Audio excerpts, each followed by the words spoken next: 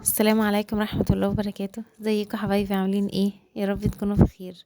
هنعمل مع بعض النهارده طاجن مكرونه باللحمه المفرومه بالصلصه، طعمه تحفه، حلو جدا وزي بتاع المحلات كده، بس اطعمه انضف طبعا كتير. يلا هنعمله مع بعض، مش هياخد في ايدينا ثواني وهيكون خلصانه على طول. لو لسه ما اشتركتوش في القناه ياريت تشتركوا. لو الفيديو عجبكم متنسوش تعملوا لي لايك. يلا بينا نشوف عملناه ازاي. هنجيب حلة نحطها على النار ونحط فيها شوية زيت كده حلوين، مش زيت قليل، ونكون فرمين البصل فرم ناعم ونحطه فيه. طبعا البصل كل ما البصل يكون كتير في السلطة كل ما طعم الصلصة هيكون طعمه حلو جدا. هنقلب البصل مع الزيت لحد ما يبقى لونه بني كده فاتح، مش هنسيبه لحد ما يتحرق قوي، بس هنسيبه لحد ما لونه يغمق كده شوية.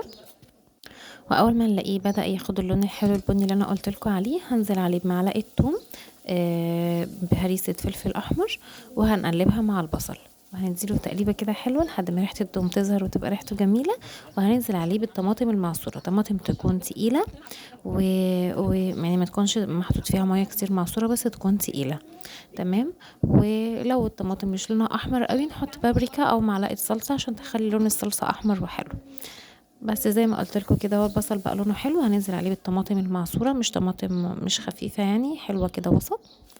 وهديها تقلبتين على النار وهسيبها لحد ما تتسبك، واول ما تتقل وتتسبك هبدا احط لها التوابل.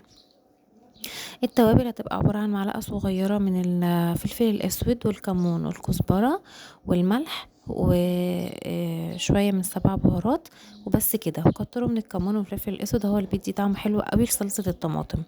وهنسيبها على النار. انا بحط التوابل في الاخر خالص عشان تفضل الصلصه محتفظه بريحه التوابل، وريحه التوابل يكون موجوده في الصلصه كده، ما راحتش يعني، فبيبقى طعمها احلى يعني. بس فهديها تقليبتين كده و5 دقايق بالظبط وهطفي، تكون كده خلاص الصلصه جاهزه معانا. هنجيب اطباق فويل، ولو مش عندنا اطباق فويل ممكن في اي طواجن، طاجن فخار او في صينيه، اي حاجه عندك موجوده تعمليها فيها. وهنحط شويه صلصه في القعر بتاع الطاجن، وهنزل عليه بالمكرونه المسلوقه. طبعا ما تكونش مسلوقه سلق كامل عشان ما تعجنش في الفرن، مسلوقه نص سوا كده عشان بتاخد شويه سوا في الفرن. وبحطها كده بفردها على الصلصه اللي احنا حطيناها.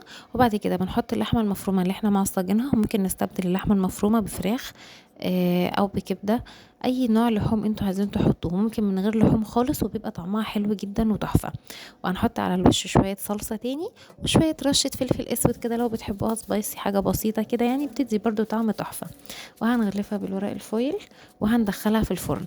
ما بتقعدش في الفرن اكتر من 10 دقايق لان احنا مسويين المكرونه، وطبعا اللحمه المتعصجه مستويه والصلصه طبعا متسبكه، فالحاجه كلها مستويه، احنا بس مدخلينهم عشان ياخدوا ميكس كده كله يتطعم مع بعضه وبيدي طعم حلو قوي.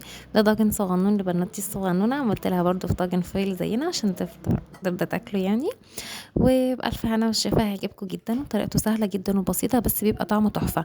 ممكن زي ما قلت لكم تعملوه من غير لحمه ولا فراخ ولا اي حاجه خالص، ويبقى طعمه روعه. اما بيدخل الفرن بياخد كده من طعم الفرن ريحته، بيطلع بجد طعمه حلو قوي. جربوه وهكذا هيعجبكم الطريقه.